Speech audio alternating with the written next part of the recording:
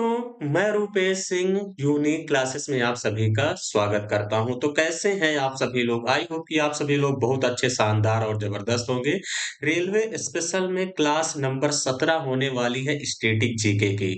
सभी बच्चे एक बार जरूर वीडियो को लाइक कर देंगे देखने से पहले और बहुत ही मजा आने वाला है। तो चलिए शुरू करते हैं और 25 में कितने क्वेश्चन आप लोग सही कर पाए ये कमेंट बॉक्स में कमेंट करके जरूर बताना है।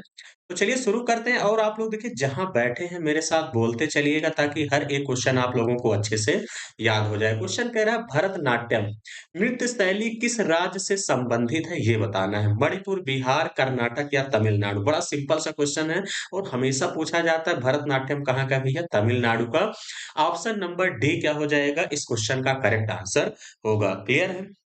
चलिए आगे बढ़ेंगे अगले क्वेश्चन की तरफ। अगला क्वेश्चन आपसे क्या कह रहा है? अगला क्वेश्चन आपसे कह रहा है निम्नलिखित में से किन भारतीय भाषाओं को अक्टूबर 2024 में भारत की शास्त्रीय भाषा का दर्जा दिया गया? वेरी वेरी इंपॉर्टेंट है, 5 स्टार बना लीजिएगा। किसी न किसी पेपर में जरूर देखने को मिलेगा। मलयालम, उड़िया, प्राकृत, असमिया और बंगाली। मराठी, पाली, प्राकृत, असमिया और बंगाली। मराठी, उड़िया, प्राकृत, असमिया और बंगाली या मराठी, मलयालम, प्राकृत, असमिया और बंगाली। इसका आंसर क्या होगा ये बताना है। तो क्या हो जाएगा भैया? मराठी, पाली, प्राकृत, असमिया और बंगाली। ऑप्शन नंबर बी क्या होगा इस क्वेश्चन का राइट आंसर होगा। क्लियर? चलिए आगे बढ़ेंगे अगले क्वेश्चन की तरफ। अगला क्वेश्चन कह रहा है जुलाई 2024 में चराई देव मैदान को सांस्कृतिक श्रेणी में यूनेस्को की विश्व धरोहर स्थल सूची में सम्मिलित किया गया है। यह किस राज्य में स्थित है? बिहार, असम, पश्चिम बंगाल या ओडिशा। तो किस राज्य में स्थित है ये सभी बच्चों को बताना है। तो कहाँ पे स्थित है भैया? ये असम में स्थित है। ध्यान देना ऑप्शन नंबर बी इस क्वेश्चन का करेक्ट आंसर होगा। चलिए आगे बढ़ेंगे अगले क्वेश्चन की तरफ। अगला क्वेश्चन आपसे क्या कह रहा है? क्वेश्चन कह रहा है अपनी समृद्ध सांस्कृतिक विरासत के लिए प्रसिद्ध भारत का पहला यूनेस्को साहित्य का शहर निम्नलिखित में से कौन सा है? लखनऊ, जयपुर, भोपाल, कोझीकोड। सभी बच्चों को ये बताना है कि अपनी समृद्ध सांस्कृतिक विरासत के लिए प्रसिद्ध भारत का पहला यूनेस्को साहित्य का शहर कहाँ पे है भैया? कोझीकोड में। ध्यान देना ऑप्शन नंबर डी क्या हो जाएगा इस क्वेश्चन का राइट आंसर होगा। चलिए आगे बढ़ेंगे। अगला क्वेश्चन कह रहा है गंगूबाई हंगल किस घराने से संबंधित है? इंपॉर्टेंट कर लीजिएगा, हमेशा पेपर पूछा जाता है। किराना घराने से है, बनारस से है, आगरा से है या ग्वालियर घराने से है? किस घराने से बताना है। तो देखिए गंगूबाई हंगल को याद रखना है, ये किराना घराने से है। कहाँ से है? किराना घराने से है, इस बात का ध्यान देना। क्लियर है? चलिए आगे बढ़ेंगे। ये देखिए ख्याल शैली की जो है प्रसिद्ध गायिका थी, इस बात का ध्यान देना। आगे बढ़ेंगे अगला क्वेश्चन कह रहा है अली अकबर खां किस घराने से जुड़े थे? किराना घराना, आगरा, मैहर, ग्वालियर। सभी बच्चों को बताना है कि जो है अली अकबर खां किस घराने से जुड़े थे। तो किससे जुड़े थे भैया? मैहर घराना। ऑप्शन नंबर सी क्या हो जाएगा इस क्वेश्चन का राइट आंसर होगा। चलिए आगे बढ़ेंगे। अगला क्वेश्चन कह रहा उस्ताद विलायत अली खां किसके उस्ताद हैं? बांसुरी, तबला, मृदंगम, सितार। चलिए उस्ताद विलायत अली खां किसके उस्ताद हैं भैया? तो किसके हैं ये? सितार के। ऑप्शन नंबर डी क्या हो जाएगा इस क्वेश्चन का करेक्ट आंसर होगा। चलिए आगे बढ़ेंगे अगले क्वेश्चन की तरफ। अगला क्वेश्चन आपसे क्या कह रहा है? अगला कह रहा है निम्नलिखित में से कौन बांस की बांसुरी के विश्व विख्यात वादक हैं? रविशंकर, हरिप्रसाद चौरसिया, बिस्मिल्लाह खां या एम एस सुब्बुलक्ष्मी। बताना है कि निम्नलिखित में से कौन बांस की बांसुरी के विश्व विख्यात वादक है। तो कौन है भैया ये बताना है। सभी बच्चे सुने होंगे, सबको पता भी होगा, हरिप्रसाद चौरसिया बांसुरी वादक हैं। इस बात का ध्यान देना। क्लियर है? चलिए इनको देखिए 1999 में भारत रत्न से भी सम्मानित किया गया था, ये भी बात आपको याद रखनी है। क्लियर है? चलिए आगे बढ़ेंगे अगले क्वेश्चन की तरफ। अगला क्वेश्चन आपसे क्या कह रहा है? मकर संक्रांति निम्नलिखित में से किस भगवान को समर्पित त्योहार है? तो किसको है? चंद्र, सूर्य, गणेश या इंद्र भगवान को। तो मकर संक्रांति किस भगवान को है भैया? सूर्य देवता को। ध्यान देना ऑप्शन नंबर बी क्या हो जाएगा इस क्वेश्चन का करेक्ट आंसर होगा। क्लियर है? ये कब मनाया जाता है भैया? 14 जनवरी को। कब मनाते हैं? 14 जनवरी को पौष संक्रांति पर, इस बात का ध्यान देना। चलिए आगे बढ़ेंगे अगले क्वेश्चन की तरफ। अगला कह रहा है निम्न में से कौन सा स्थान कुंभ मेले से संबंधित नहीं है? पुरी, नासिक, त्र्यंबकेश्वर, हरिद्वार, उज्जैन। देखिए 4 जगह कुंभ मेला लगता है। तो किस जगह नहीं लगता है ये बताना है। तो कहाँ पे नहीं लगता? पुरी में। देखिए नासिक में लगता है, हरिद्वार, उज्जैन और आपका प्रयागराज, जैसा कि इस बार लगा था जबरदस्त तरीके से महाकुंभ। क्लियर है? चलिए आगे बढ़ेंगे अगले क्वेश्चन की तरफ। अगला क्वेश्चन आपसे क्या कह रहा है?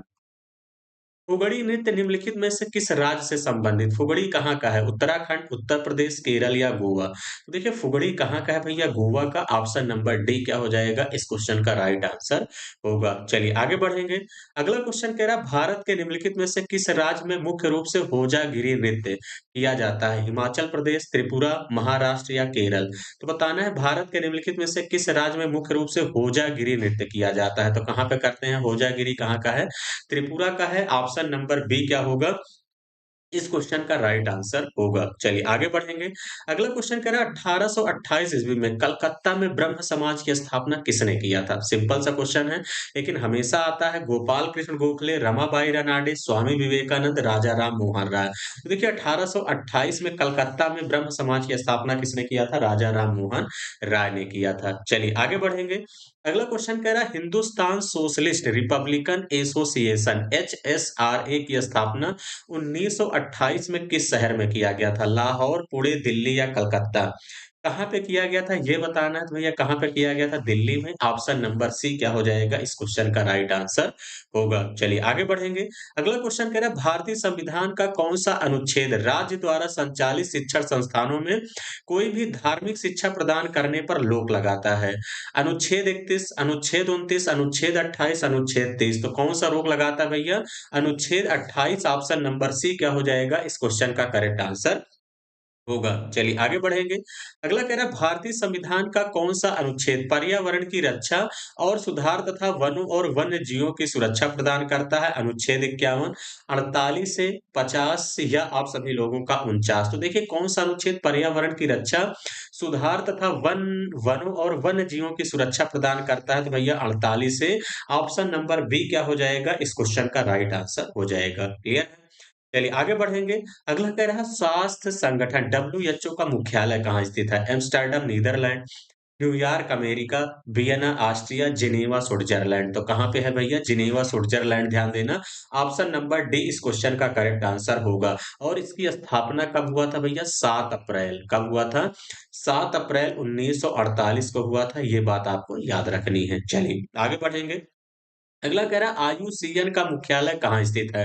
नैरोबी, पेरिस, ग्लैंड या वियना? तो कहाँ पे स्थित है ये बताना है। तो आईयूसीएन का मुख्यालय कहाँ है?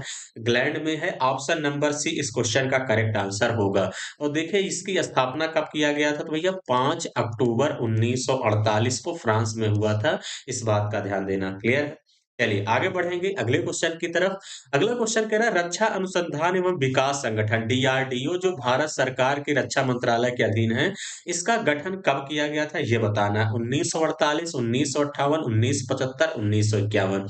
1981 सॉरी। तो इसका मतलब देखिए DRDO का स्थापना कब हुआ था? 1958। ऑप्शन नंबर बी क्या हो जाएगा इस क्वेश्चन का करेक्ट आंसर होगा। और इसका मुख्यालय कहाँ है? तो भैया न्यू दिल्ली में है, नई दिल्ली। इस बात का ध्यान देना। क्लियर है? चलिए आगे बढ़ेंगे अगले क्वेश्चन की तरफ। अगला क्वेश्चन आपसे क्या कह रहा है? भारतीय मृदा विज्ञान संस्थान Indian institution of soil science का केंद्र कहाँ स्थित है? पोरबंदर, भोपाल, विशाखापट्टनम, भुवनेश्वर? तो देखिए भारतीय मृदा विज्ञान संस्थान का मुख्यालय कहाँ है? भोपाल में है। ऑप्शन नंबर बी इस क्वेश्चन का करेक्ट आंसर होगा। इसकी स्थापना कब किया गया था? वर्ष 1988 में भोपाल में। क्लियर है? चलिए आगे बढ़ेंगे अगले क्वेश्चन की तरफ। अगला क्वेश्चन आपसे कह रहा है वर्ष 2019 में असम के किस गायक या गायिका को मरणोपरांत भारत रत्न से सम्मानित किया गया? रामेश्वर पाठक, भूपेन हजारिका, अर्चना महंत या पद्मनाभ बोरदोलाई? सभी बच्चों को बताना इस क्वेश्चन का आंसर क्या होगा। तो किसे दिया गया था? Bhupen Hazarika. Option number B क्या होगा इस क्वेश्चन का करेक्ट आंसर हो जाएगा। चलिए आगे बढ़ेंगे। अगला क्वेश्चन कह रहा है 2023 में निम्नलिखित में से किसे भारतीय सिनेमा में उनकी आजीवन उपलब्धि के लिए 53वां दादा साहब फाल्के पुरस्कार प्रदान किया गया? श्रीदेवी, हेमा मालिनी, रेखा या वहीदा रहमान? सभी बच्चों को बताना है कि 2023 में निम्नलिखित में से किसे भारतीय सिनेमा में उनकी आजीवन उपलब्धि के लिए 53वां दादा साहब फाल्के पुरस्कार प्रदान किया गया? तो किसको दिया गया भैया? Waheeda Rehman. Option number D क्या होगा इस क्वेश्चन का राइट आंसर हो जाएगा। चलिए आगे बढ़ेंगे। अगला कह रहा है वर्ष 2024 पेरिस ओलंपिक में मनु भाकर ने कुल कितने पदक जीते थे? 3, 4, 5, 2? सभी बच्चों को बताना है तो भैया मनु भाकर कितने पदक जीते थे? 2 ध्यान देना। ऑप्शन नंबर डी इस क्वेश्चन का करेक्ट आंसर होगा। चलिए आगे बढ़ेंगे। अगला कह रहा है कैसलिंग निम्नलिखित में से किस खेल से संबंधित है? शतरंज, टेनिस, टेबल टेनिस, बिलियर्ड्स। तो शतरंज जो कैसलिंग है किस खेल से संबंधित है? तो किससे है? शतरंज से। ध्यान देना। ऑप्शन नंबर ए क्या होगा? इस क्वेश्चन का करेक्ट आंसर होगा। क्लियर? चलिए आज के सफर का आखिरी क्वेश्चन। क्रोएशिया की राजधानी क्या है? बीजिंग, काठमांडू, कांधार या जागरेब? तो क्या है क्रोएशिया की राजधानी? जागरेब। ऑप्शन नंबर डी इस क्वेश्चन का करेक्ट आंसर होगा। चलिए सेशन कैसा लगा? कमेंट बॉक्स में कमेंट करके जरूर बताएंगे। बाकी इसकी पीडीएफ मेरे टेलीग्राम चैनल से जो बच्चे नहीं जुड़े हैं जरूर जुड़ेंगे, वहां पे इसकी पीडीएफ मिल जाएगी। तो चलिए आज के लिए इतना ही। Thank you. All the best.